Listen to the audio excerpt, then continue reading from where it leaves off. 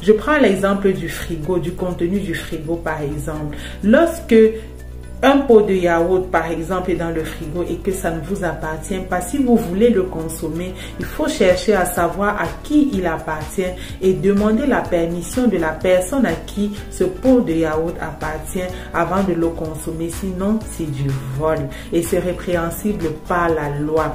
Papa Claude Olivier Adiaba par la suite est aussi revenu sur ce qu'on va appeler les circonstances aggravantes qui peuvent accompagner l'acte de vol. C'est ce qui est développé en l'article 320.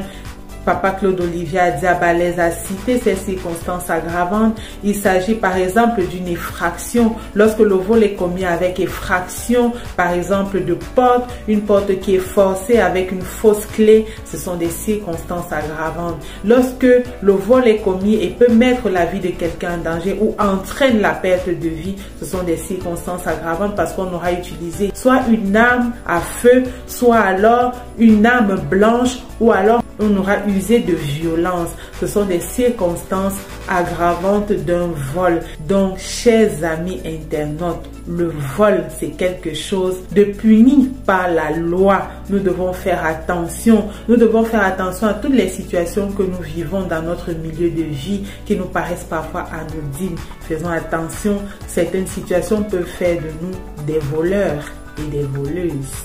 Par la suite, Papa Claude Olivier Adiaba a abordé la question du vol en termes de non-respect d'une recommandation divine.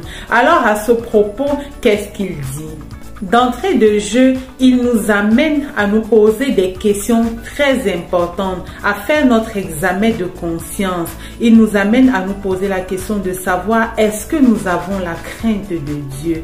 Il nous amène aussi à nous poser la question de savoir qu'est-ce qui pourrait nous motiver à ne pas respecter les recommandations de Dieu lorsqu'on les connaît, lorsqu'on sait que le 7e commandement par exemple dit tu ne commettras pas de vol. Pourquoi est-ce que nous ne respectons pas les recommandations de Dieu?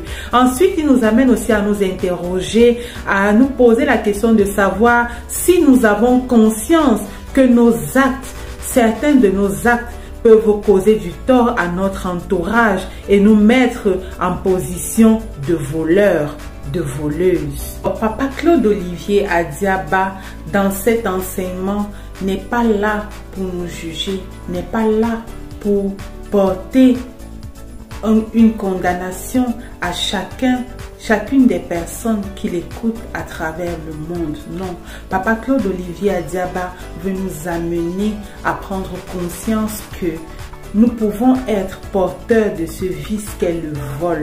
Nous pouvons être ces personnes-là qui souffrent de ce mal et nous devons pouvoir identifier les situations de nos vies qui nous amènent à être des voleurs, à être des voleuses dans tous nos milieux de vie afin de corriger cela et être des belles personnes, des bénédictions autour de nous, des modèles autour de nous et être agréables aux yeux de Dieu.